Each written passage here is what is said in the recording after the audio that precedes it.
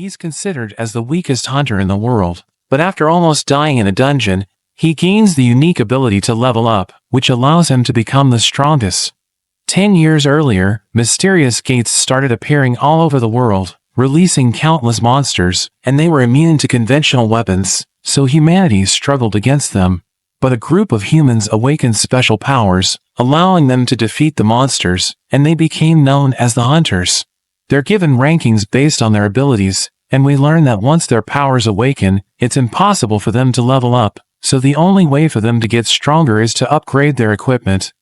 We see a hunter named Kim as a man named Park approaches him, revealing that his wife is pregnant, so he needs to make money by raiding the dungeon. They notice a boy named Jinwoo approaching, and everyone greets him, as Park wonders if he's someone important. But we learn that he's only a ranky hunter, and he's considered as the weakest in the world, because he was almost killed while trying to clear the easiest dungeon. A girl named Jui approaches him, wondering what happened to his face. So he explains that he got injured while raiding a ranky dungeon, because there was no healer in their party, saying his companions were so strong that they didn't need one. Jui thinks they're selfish, but he blames himself for being weak, saying he's used to being treated as a burden. The leader Songchi calls them for a meeting, and everyone is glad to work with him, because he's known as a capable hunter. They're about to enter the gate, as Kim tells Jinwoo to be careful, thinking he might get injured again. We learn that he's using a generic knife as his weapon, because that's all he can afford, but he's determined to succeed, and he enters the gate. We meet the chairman Gun-yi, as he reveals that hunters make profit by selling essence stones, which can be obtained by defeating monsters, and they're considered as valuable resources because they can be used to craft powerful equipment. He adds that mana crystals can also be obtained in the dungeon, and they serve the same purpose, but they're not as potent as the stones. The government plans to use the stones and crystals as a new power source because they're incredibly efficient and they don't pollute the atmosphere. We return to Jinwoo, as he obtains his first essence stone, but a goblin attacks him, so he tries to fight back, but his knife shatters, and he ends up getting stabbed. Park kills the goblin, and Jui helps Jinwoo, who watches as their companions defeat the monsters. They're able to defeat the dungeon boss, and everyone celebrates, but Jui wonders why Jinwoo is still a hunter, saying she's worried about him, because he always gets injured. They collect the loot, but they appear to be disappointed, thinking it's not enough. But a hunter calls everyone, showing them a tunnel, as they realize that it's a double dungeon. They know that they will find more loot inside, but Songchi reveals that they can't explore it, because they need to wait for orders from the Hunters Association. But Kim suggests breaking the rules, so that they can collect the loot. Songchi thinks it's too risky, saying they should take a vote, but half of them oppose the idea, including Jui. Jinwoo is the only one that hasn't voted, and he's going to break the tie, so he realizes that his decision is going to affect the outcome. He considers that he could end up dying, but he thinks about his current situation, knowing his father is missing and his mother is in the hospital. His sister can't help him, because she's still a student, so it's up to him to provide for her, knowing he needs the money to make ends meet, so he decides to enter the tunnel. Meanwhile, the officials are testing the powers of the new hunters to determine their rankings. We meet the guildmaster of the Hunters Guild Choi, as he orders the officials to send offers to promising newbies, because they need more hunters in the guild. We see thieves stealing a bag, and they're about to escape, but a girl gets in the way, retrieving the bag, and causing them to crash. She returns it to the owner, and everyone recognizes her as the S-rank hunter Cha, but she doesn't like getting the public's attention, so she escapes from the scene. Back in the dungeon, the hunters explore the tunnel, as Jui questions Jinwoo's decision, reminding him that he almost died. He knows that she saved his life, and she tells him to show his gratitude by having dinner with her, causing him to become flustered. At that moment, they see a door, thinking the boss must be inside. But as they enter it, they realize that it's filled with statues, and Jinwoo sees one of them, realizing that it's bigger than the others, as everyone wonders why there are no monsters. They see an ancient tablet, which mentions the commandments of the temple, and Songchi reads it, revealing that it's telling them to worship and praise God, and prove their faith to him, or they won't be able to leave the room alive. But Jui notes that the huge statue appears to be watching them, and the door suddenly closes, causing everyone to panic. A hunter tries to leave, saying they shouldn't have entered the tunnel, but a statue attacks him, killing him in an instant, and everyone falls into despair, wondering how they're supposed to escape. Jinwoo thinks that the statues are too strong to be in a D-rank dungeon, and he looks at the huge statue, realizing that it's watching them. He recalls how he always has a brush with death during his raids, because he can't keep up with the other hunters. But he never gave up, and he learned to compensate for his weakness by observing everything in detail. He can tell that they're in trouble, so he tells everyone to take cover as the statue fires an energy beam, destroying everything in its path. Everyone realizes that their lives are in danger, and Song-chi tells everyone not to move, because it could trigger another attack.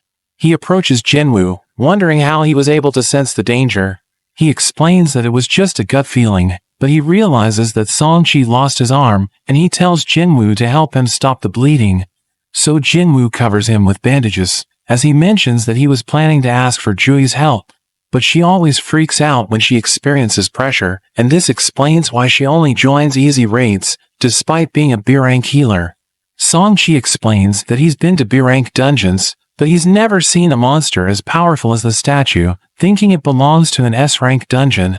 He recalls the commandments written on the tablet, and Jinwoo thinks that the huge statue is God. Song-chi knows that they're no match for it, so they need to find a way to escape. But a hunter mentions that he doesn't want to die, and he charges forward with ridiculous speed, but the statue attacks him, destroying him in an instant. Jinwoo realizes that it can kill them if it wanted to, wondering why it isn't attacking them. He recalls the writing on the tablet, asking Song-chi about it, so he mentions that the first commandment is to worship God. Jinwoo thinks that the dungeon has its own rules, and he stands up, as Song-chi tries to stop him, thinking he could get himself killed. But Song-chi realizes that he's determined to survive, and the statue of God prepares to attack him, but he bows his head, as he notes that it's spared his life. So he tells everyone to prostrate themselves, saying it won't attack them if they keep their heads low. They follow his instructions, and the statue's eyes deactivate, but it suddenly starts smiling, so everyone becomes worried. But Park notes that it isn't doing anything, and everyone thinks they're safe. But it suddenly starts moving, walking towards them as they start to panic. Jinwoo reminds them that the second commandment is to praise God, and a man approaches the statue, claiming he knows what to do. He starts reciting a prayer, but it smiles at him as Jinwoo realizes that his plan isn't working. He gets crushed to death, and everyone starts running away as it chases after them. Park thinks about his family, knowing they're waiting for him to return, but he approaches a statue, and it starts moving, slicing him in half. Jinwoo thinks about the second commandment, realizing that the statues with weapons are killing his companions, and he sees statues with instruments, thinking they need to be activated, so he tells everyone to approach them. They follow his instructions, and the statues start playing the instruments, causing them to feel relieved, because their lives have been spared. Jinwoo approaches a statue with Jui, but it doesn't activate, and he realizes that it won't work if there are two people close to it. So he tells Jui to stay there, and he runs to activate the last one, but the statue of God starts pursuing him. It's about to crush him to death, and he manages to avoid it, but he gets blown away, activating another statue by accident. It attacks him, smashing the ground, and Jui thinks he's dead, but we see him crawling to the last one, refusing to give up, as the statue of God continues to pursue him. It stomps on him, but the last statue starts singing, and we see that he was able to activate it. So the statue of God spares him, returning to its throne, as he realizes that they have completed the second commandment. Jui approaches him, but she realizes that he lost his leg, so she tries to heal him, but she ends up reaching her limit. Everyone realizes that their companions are dead, and Kim blames Song-chi for everything, because he's the leader of the group. Their companions think Kim is being unfair, because he suggested breaking the rules, and they start blaming each other. But Song-chi takes responsibility, because he was the one who made the final call. An altar suddenly appears, as Jinwoo explains that the third commandment is to prove their faith to God, thinking they need to perform a human sacrifice to survive. Kim tells Song-chi to offer his life, because he's the leader of the group, and he agrees to this, so he approaches the altar. But a fire suddenly appears, so everyone becomes confused, and Jinwoo tells them to help him reach the altar, because he wants to examine it. As they approach it, more flames appear, and Jinwoo wonders if anyone will arrive to rescue them. But Song-chi explains that the gate is about to fully open, so nobody will be able to save them. We learn that a gate remains inactive for 7 days after it appears, but after that period, monsters will be able to enter the world, in what's known as a dungeon break. So hunters are sent into the gate to prevent it from happening, by defeating the dungeon boss, and Jinwoo realizes that if they fail, the statue of God will be able to enter their world, so they need to clear the dungeon at all costs. He advises everyone to approach the altar, and more flames appear, as the altar activates, causing a ring of blue flames to surround it. The door opens, as everyone wonders if they can leave, but the statues start moving, as a blue flame disappears. Everyone panics, but Jinwoo notes that the statues stop when he looks at them, and he tells everyone to keep their eyes open, so that the statues won't be able to move. It appears to be working, but one of them panics, and she starts running away, causing a red flame to disappear. She manages to leave the room, and everyone wonders what's happening, because the commandment is to prove their faith. Jinwoo thinks it's a trap, but another one runs away, so he warns the others that they will have blind spots if more people leave. He thinks the blue flames serve as the timer, and the goal is to survive until they disappear, but Kim knows he isn't sure, because he has no evidence to support his theory. Kim thanks him for helping them survive, but he mentions that he has a family waiting for him, and he decides to run away. Jinwoo realizes that they can't stop all of the statues, and Song-chi tells Jui to escape with Jinwoo, but her legs stop moving, because she has already spent all of her energy. So Jinwoo tells Song-chi to escape with her, saying he won't be able to run away, because he only has one leg, and he gives her an essence stone, telling her to use it to buy dinner. She doesn't want to leave him, but Song-chi knocks her out, and carries her away. Jinwoo is the only one left, knowing he doesn't stand a chance, but he takes a sword, planning to fight until his last breath. But the statues attack him, blowing him away, and he ends up losing an arm. He endures a brutal beatdown, and he lands on the altar, as a statue prepares to strike him down. He notes that he doesn't want to die, so he starts crying, but the timer expires, as he receives a system message, asking him if he wants to become a player. He wakes up in a hospital, realizing that his body has been completely healed. He wonders if it was just a dream, but the manager of the Hunters Association surveillance team, Jinchul, enters his room.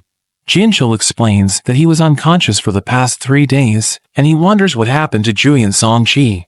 Jinchul reveals that they survived, but Song-chi lost his arm, so he might be forced to retire as a hunter, and Jui is suffering from trauma, so she needs psychiatric care before she can join another raid. He reveals that the White Tiger Guild rushed to the dungeon, because they were alerted by the survivors, but they never saw the statues, and Jinwoo was found lying on the ground. Everyone finds this strange, but they believe that the survivors are telling the truth, because the remains of the other hunters were found on the scene.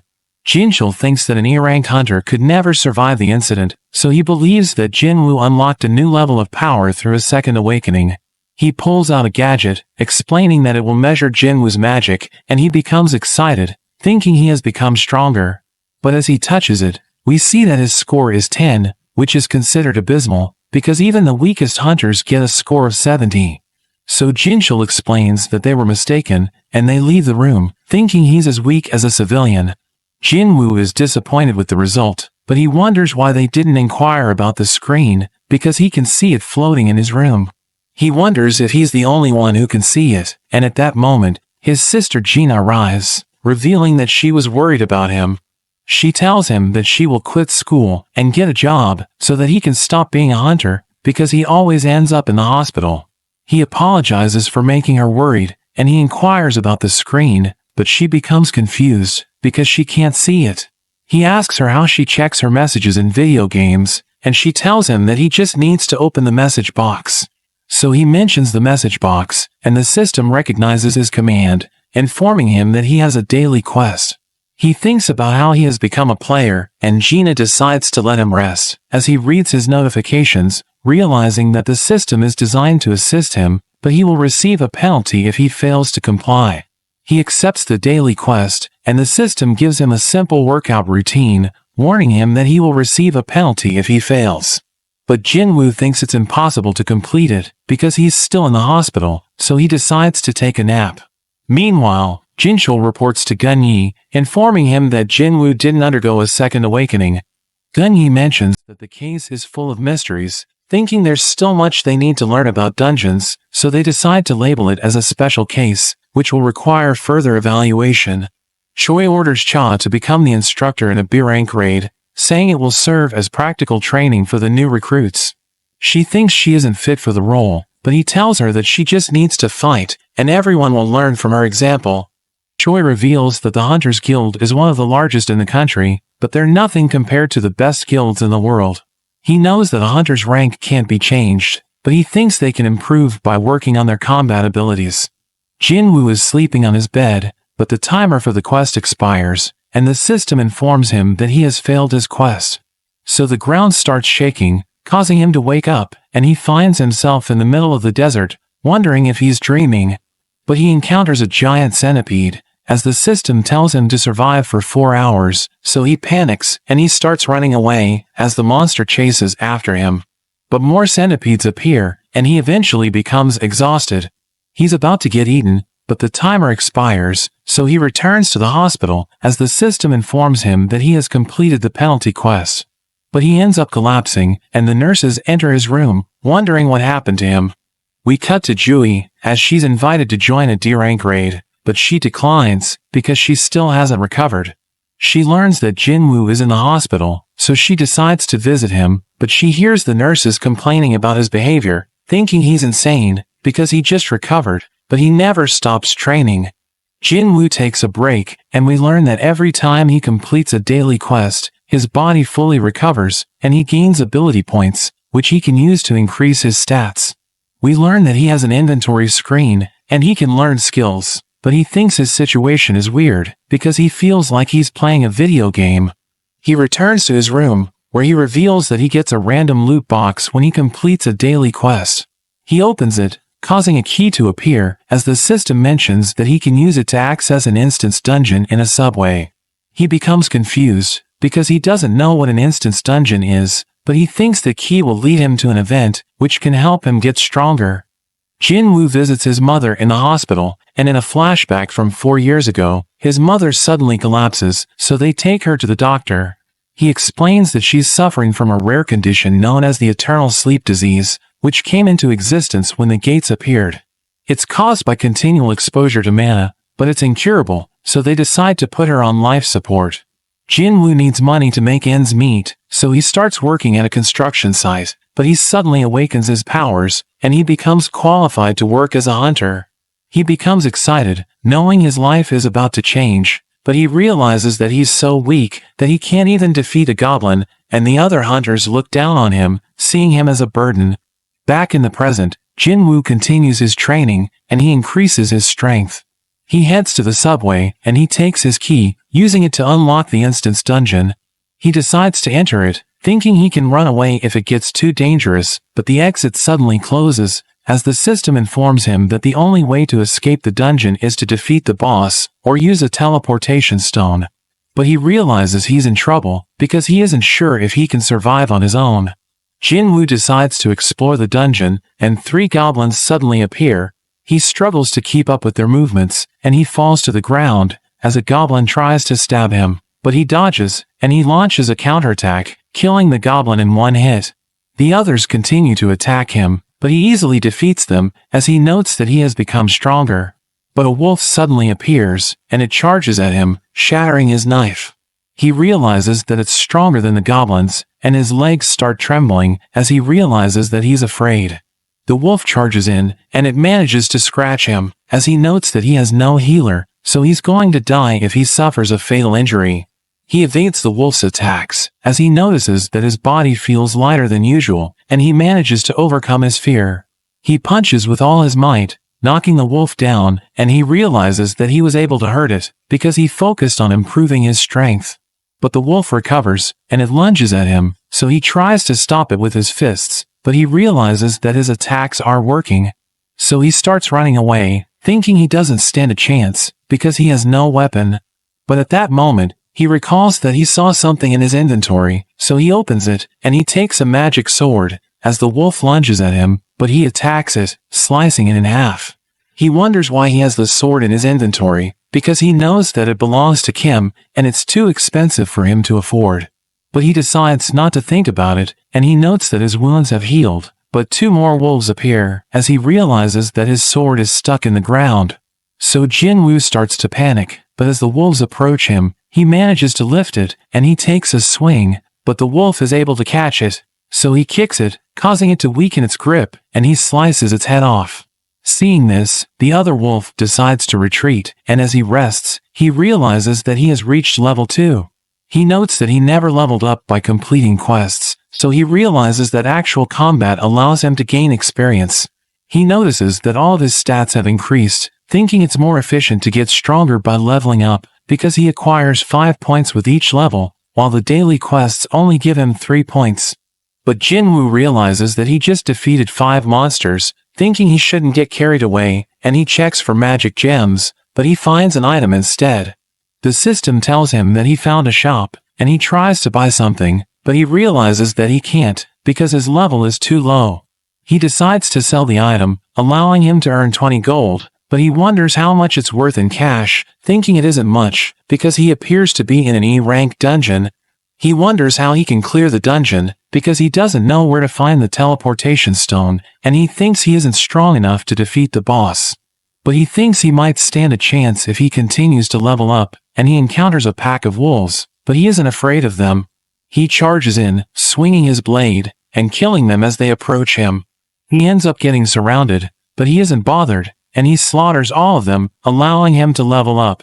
Jinwoo realizes that his sword is about to break, but he knows that weapons are expendable, and he's glad that the fight is over. He checks his inventory, and he realizes that he has already acquired the teleportation stone. But he decides to stay in the dungeon, because he wants to defeat the monsters to get stronger, thinking they will disappear if he teleports away. Jinwoo heads deeper into the dungeon, slaughtering the monsters along the way, as he notes that his battles are becoming easier. We learn that he can assess a monster's level by looking at the color of its name. The monsters with white names are weaker than him, while the ones with red names are stronger.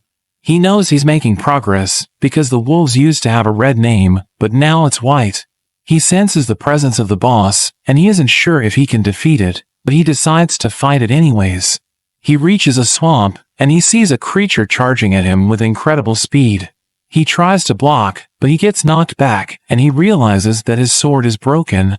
A huge serpent appears, as Jinwoo notes that its name is Orange, so it has the same level as him, and he realizes that its body is covered in scales, so his sword is useless against it. It tries to attack him, and he manages to dodge, but he wonders how he can defeat it. It starts pursuing him, and he struggles to avoid its attacks, but it hits him with its tail, blowing him away. A train is about to crash into him, so he dashes away, and he barely manages to avoid it. He thinks he still isn't strong enough, wondering how hard he has to work to escape his life of constant ridicule. He continues to struggle against the serpent, as he recalls that he's considered as the weakest hunter in the world, thinking the weak are always powerless against the strong, so he's determined to become stronger. He charges at the serpent, evading its attack, and plunging his sword into its scales. It tries to attack him, but he avoids it, and he leaps into the air, as the serpent tries to eat him. But he suddenly disappears, and the serpent realizes that he's clinging to its body. Jinwoo uses his strength to crush its scales, and it appears to be in pain, so it smashes him against a pillar. But he doesn't let go, and he presses down on the serpent's neck with all his might, causing it to bleed, as he continues to tighten his grip. The serpent runs out of blood, and it crashes to the ground, as the system informs Jinwoo that he has defeated the boss. He receives a powerful dagger as a reward, along with a vial of the serpent's venom, thinking its effects are terrifying, because it permanently reduces strength to increase defense. With the boss defeated, the dungeon returns to its original state, and Jinwoo leaves the subway, wondering where everyone went, as a soldier approaches him, telling him that civilians aren't allowed in the area. But the soldier sees him carrying a sword, realizing he's a hunter, so he apologizes for being rude, saying he will escort him to the area. Jinwoo notes that the city is in ruins, and the soldier tells him that there was a dungeon break, but all of the monsters have been dealt with, except for the boss. He senses a powerful presence, and we see a huge golem fighting a group of hunters, as the civilians watch them from a distance. The hunters struggle against the golem because its defense is ridiculous, so even their most powerful attacks are working. Jinwoo arrives, and he notes that they're weak because most of them are only E-ranked. He realizes that Jui is with them, and she tries to cast a spell, but she recalls what happened in the dungeon, so she loses her composure. Jinwoo realizes that she still hasn't gotten over the trauma, and he decides to help them, knowing they're fighting against a D-rank boss, which is weaker than the one he just defeated. The hunters are about to get overwhelmed, but Jinwoo launches his sword with incredible strength, and it hits the golem, creating an opening for the other hunters, who use the opportunity to take it out. One of them wonders how they were able to defeat it, because their attacks weren't working, and he sees the sword on the ground, so he inquires about it. A soldier points to Jinwoo, but he's nowhere to be found, and we see that he has already left the scene, because he wasn't expecting his attack to have such an impact. Back in the hospital, Jinwoo continues his workout routine, and a nurse enters his room, but she's surprised to see that he's already ripped, wondering how he was able to achieve it in just a few days. She informs him that he's going to get discharged, but as he's about to leave his room, she asks for his number, because she can't resist his charm. We meet the S-rank hunter Beck, who is invited as a special guest in a TV show. The interviewer asks him about his daily routine, so he tells her that he's always training, because he doesn't want his combat skills to get rusty. He reveals that he used to work as a firefighter, so he knows how to respond to dangerous situations. Gina is watching the interview, but she realizes that she's already late, and Jinwoo tells her to be careful on her way to school. She notices he looks different, thinking it must be because of his training, and she's about to leave for school, but he gives her an umbrella, telling her to stay safe. After she leaves, he checks his daily quest, as he notes that he gained muscle mass, thinking it must be because his stats increased. He notes that he still hasn't distributed his ability points, thinking he needs more than just strength to defeat powerful monsters, so he decides to use them to improve his agility and perception. At that moment, he receives a call from the landlord, who tells him that his rent is due, so he promises to pay immediately. He knows that he has become stronger, so he thinks he'll be able to earn more money by raiding dungeons, but he notes that it's difficult to find a good job, because his rank is still at E. He thinks about undergoing a reevaluation, thinking it will allow him to raise his rank and earn more money. But it would attract too much attention, knowing his case is unusual, so he ultimately decides against it. He's surprised when he sees a high-paying job for rank E hunters, so he rushes over to the location and completes his daily quest along the way. He meets a hunter named Donsuk, who explains that his party only has 6 members, and they need 8 people to enter the C-rank dungeon, so they're hiring hunters to fill the slots. But he mentions that Jinwoo won't share the spoils, because he won't be fighting the monsters, but they will pay him a large commission for joining them. Jinwoo accepts the job, and Donsuk orders him to carry their luggage, but he wonders why the party has no healer, so Donsuk tells him that they're already used to fighting without one. He finds this strange, and he reads the contract, realizing that they won't be liable for anything that happens to him in the dungeon, but he signs it anyways. A D-ranked hunter named Yujin approaches him, revealing that he also accepted the job, and everyone is impressed with his equipment, thinking he must be from a rich family. They prepare to enter the gate, as everyone notes that it looks enormous, but Jinwoo explains that the size of the gate doesn't matter, and the Hunters Association classifies it based on the amount of magic power it exudes. They enter the gate, and they realize that the dungeon is too dark, so the mage Kyuwon lightens up the area, allowing them to see what's inside. But Jinwoo notes that it reminds him of the temple, because it's pitch black, and there are no monsters blocking their path. As they head deeper into the dungeon, they hear monsters approaching, so everyone prepares for battle. But they're surrounded by openings, so they panic, wondering where the monsters will come from.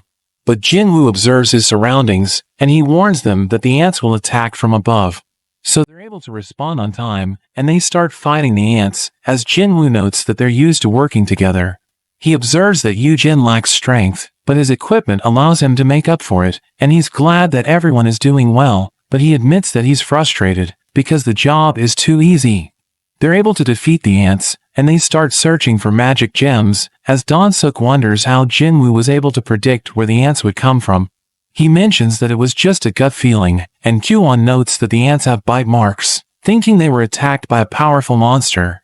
Jin is happy that he was able to kill a monster, revealing that this is his first mission, so his father bought him expensive gear, but Jinwoo warns him to be cautious, because he can sense that something's wrong. At the White Tiger Guild, we see the hunters in the gym when they notice an explosion, but they maintain their composure, because it happens all the time, knowing their guildmaster is just training.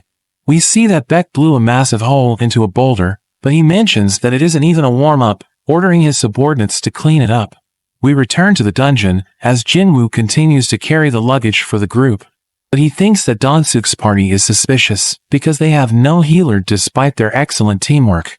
They see injured ants along the way, thinking the boss should be nearby, and as they proceed deeper into the dungeon, they reach an area surrounded by mana crystals, thinking they're going to be rich. Jin reads Jinwoo's contract, and he explains that the crystals don't count as spoils, so Jinwoo must receive a portion of it. Donsuk agrees with him, but he reveals that the boss is guarding the crystals, and they know that the dungeon will close after it's defeated. So he suggests mining the crystals before they deal with it, knowing it's still sleeping, but Donsuk explains that they left their mining tools, so they need to leave the dungeon to get it. They leave Jin and Jinwoo inside, and Donsuk orders Kwon to block the path, so he uses his magic, causing an explosion which seals the entrance. Jinwoo realizes that they have been betrayed, as he recalls that Song-chi warned him that the crime rate for dungeon raids is high, because there's no way to tell if a hunter has been murdered in the dungeon. Jin blames himself for talking about the contract, but Jinwoo knows that Donsuk's party was planning to kill them from the very beginning. The spider approaches them, and Jin promises to protect Jinwoo, who notes that the spider is stronger than the bosses he defeated so far. He believes that he's no match for it, but he recalls his encounter with the statue of God, knowing the spider is nothing compared to it. So he tells Jin to stand back, as he prepares to fight the boss. Donsuk's companion wonders why they're using the spider to eliminate Jinwoo and Jin, so he explains that he didn't want to risk waking it up. He thinks that it will go to sleep after it eats them, and he reveals that there's a small path above the cave, planning to use it to return, as he mentions that Jinwoo and Jin are as good as dead. Jin thinks that Jinwoo doesn't stand a chance, because he's just an E-rank hunter, but he refuses to back down, thinking he's strong enough to defeat it. He charges in, attacking with ridiculous speed, and Jin is surprised to see this. But we cut to Gun-yi, as he tells Jinchul that he's exhausted because of his meetings. So Jinchul invites him to a sparring match, thinking it will help him unwind. He accepts it, saying he's out of his prime, but as they start training, Jinchul struggles to hit him, and he counters with a devastating blow, allowing him to win the match. Jinchul thanks Gun-yi for his guidance, saying he's amazing, because he's incredibly strong for his age. He tells Jinchul that his moves have improved, advising him not to neglect his training, because it will help him survive dangerous situations. We return to Jinwoo, as he tries to cut the spider's legs, but he realizes that its armor is too tough, and he notes that its attacks are deadly, thinking it could kill him in one hit. He struggles against it, as Jin wonders how he can move so fast, thinking he must have intentionally lowered his ranking by controlling his magic. But Jin becomes afraid, because few hunters are capable of doing this, and they're usually psychopaths who take pleasure in killing. Jinwoo realizes that his fatigue is increasing, knowing it will cause his movements to slow down, so he thinks about using his dagger's special abilities to end the fight. He sees the spider's head, thinking it's the weak spot, so he charges in, but the spider spits acid, forcing him to retreat. He knows that he needs to close the distance, so he uses his dash skill, allowing him to move even faster. He attacks the spider's head, and it has no effect, but he refuses to give up. So he continues his assault, but his fatigue accumulates, causing him to slow down, and he crashes to the ground. The spider is about to strike the finishing blow, but he uses his full recovery, allowing him to dodge it, and he launches a surprise attack, stabbing the spider's eye. The dagger's ability activates, paralyzing the spider and draining its health, as Jinwoo continues his relentless assault. It crashes to the ground, and the system mentions that the boss has been defeated, but Jin can't believe his eyes, thinking he was right about Jinwoo. So he tells Jinwoo to relax, as he mines the crystals, but at that moment, Donsuk's party arrives, realizing that the boss has been defeated. They think Yu Jin was the one who killed it, and Dan-suk tells him to eliminate Jinwoo, saying they will spare his life if he obeys them. But he refuses, preparing to fight them, so they start approaching him, and at that moment, Jinwoo receives an urgent quest, telling him to eliminate them. He's surprised to see this, realizing that the system is telling him to kill people, but Kwon suddenly attacks him, blowing him away. We meet the hunter Hegan, as she starts talking with her friends, asking them how they're doing. Her friend reveals she entered an A-ranked dungeon to train, but it was cleared in an instant, because Cha easily defeated the monsters. The girl thinks they are lucky to be in the large guilds, and she mentions a rumor, saying there are teams with an abnormally high casualty rate. We return to the dungeon, as everyone thinks that Jinwoo is dead, but we see that he's still alive, and he recalls that he lives in a world where only the strong survive, wondering how he forgot about this. He's about to lose consciousness, but he realizes that the system wants him to survive, so it's telling him to fight for his life.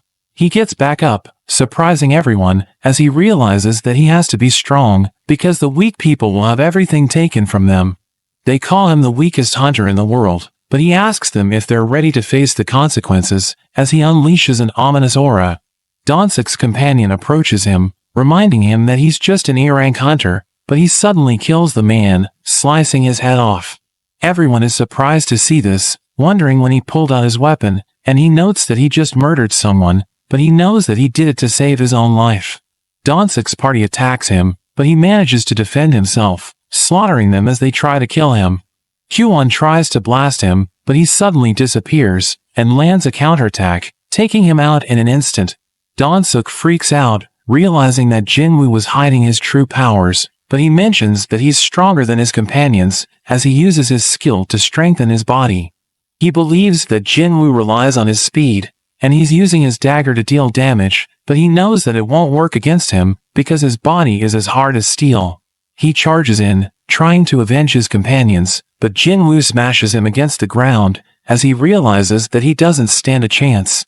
So he starts begging for his life, telling Jinwoo that he can have the crystals, but he mentions that Dan-suk tried to kill him 3 times, reminding him that no one will know what happens in the dungeon. Jinwoo slices his head off, allowing him to complete the urgent quest, but the dungeon starts collapsing as the gate is about to close. They're able to escape in time, and they report that Dan-suk's party was killed during the raid. Jinwoo realizes that he received a reward for completing the urgent quest, and he acquires a skill called Murderous Intent, which weakens the enemies by causing them to panic. The official believes them, and she judges them based on their equipment, thinking Yu Jin was the one who defeated the boss, while Jinwoo did nothing to help, but Yu Jin thanks him for saving his life. Jinchul receives a report about the incident, but finds it suspicious when he hears that Jinwoo was involved, and as he looks at the file, he recognizes Dan-suk, because he's the brother of a famous hunter. Jinwoo returns home, and Gina is happy to see he bought food. She asks him how his raid went, but he thinks back to how he didn't even hesitate when he killed the hunters. He wonders if there's something wrong with him, but his sister snaps him out of it. He decides not to worry about it, thinking he needs to prioritize getting stronger to protect his family. As he drinks his beer, he gets a notification of a debuff, but it seems to get cleansed. He keeps drinking in his room, but realizes he can't get drunk, and sees that one of his quest rewards gives him regeneration and immunity to status effects. He gets a call from Yu Jin, and they meet up at a cafe. Yu Jin sees him as his boss, and says he's putting together a team, but Jinwoo instantly turns him down. Jinwoo prepares to leave, but Yu Jin begs him to listen. He explains he's trying to become licensed as a guild master, but it requires 20 raids worth of experience. His father owns one of the country's biggest construction companies, and they are looking to form a guild. Jinwoo thinks about all the treasures that can be found in dungeons, so he isn't surprised with their plan. Yu Jin mentions his father wants an S-rank hunter to be the guild master, with his brother as second in command. Jinwoo notes that there are only 7 S-rank hunters in the whole country, and all of them are already in guilds besides one named Min, who's currently retired. Jinwoo realizes they plan to poach one from another guild, but he warns that it's a bad idea. Yu Jin reveals his brother can't be the guild master because he didn't awaken as a hunter, so it's his chance to take his place. Yu Jin points out how they can help each other. Jinwoo can participate in raids while hiding his power, while Yu Jin can convince his father of his success if he only has help from an E-rank hunter. He shows Jinwoo the building they plan to use as the guild's headquarters, valuing it at around $20 million, and he offers it in exchange for his help on 19 more raids. Jinwoo considers the offer, but thinks that since he's the only person that can level up, he will eventually reach S rank, so 20 million would be nothing when that time comes, and he ends up turning down the offer. Meanwhile in America, we meet Don-suk's brother Don-soo, and he hears the news about his brother. He knows his brother was murdered. Looking at the information on the two survivors, he plans to fly back to Korea to find them, but his assistant tells him his schedule is full, so he agrees to wait, hoping the two will survive until he has time for them. Jinwoo goes running with his sister, and he wonders what she would do if she had $20 million, but she finds it unrealistic. As Jinwoo goes to complete his daily quest, he realizes that the counter can go beyond his requirement. He decides to test the limit, and realizes he can do double the requirement.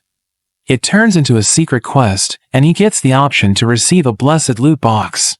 It turns into another key, which seems to lead to the demon's castle, with a difficulty rank of S. He's shocked when he sees that it contains the ingredients for the elixir of life, and he thinks he can use it to save his mother. He opens the dungeon, revealing a flaming portal, wondering if he can really take on an S-rank dungeon, but we see he saved a teleportation stone just in case. As he approaches the entrance, he's confronted by a Cerberus, but he's determined to get stronger. He uses his dash to approach the beast, and he starts slashing at it, but it barely does any damage. He uses his murderous intent skill, but it has no effect. His arm gets bitten, and he loses a third of his HP. He manages to get back up, but the Cerberus uses a skill that doubles its stats. Jinwoo is unable to react, and he takes another hit. He gets smashed continuously, and we see his health is getting low. He prepares to use his teleportation stone, but the Cerberus attacks again, causing him to drop it. He wonders how he can survive, and he decides to try the snake's poison, remembering how he has debuff immunity, so he's able to get rid of the negative effect. The Cerberus lunges at him, taking another bite out of him, but he survives, and sees that the Cerberus's skill has ended. He rushes at it, and he's finally able to do some damage. The beast bites down on him, but he barely survives, and he stabs the dog's eye. He stabs it repeatedly, and he manages to kill the beast. He levels up after the fight, allowing him to heal, and he's glad that it's over. He receives another key to unlock the demon's castle, as well as the formula for the elixir of life, which requires 3 items from within the castle. Jinwoo realizes he needs to get stronger before he takes it on, but he swears to be back for it soon. But that's where this video ends. Remember to like and subscribe to the channel. Thanks for watching, and I'll see you next time.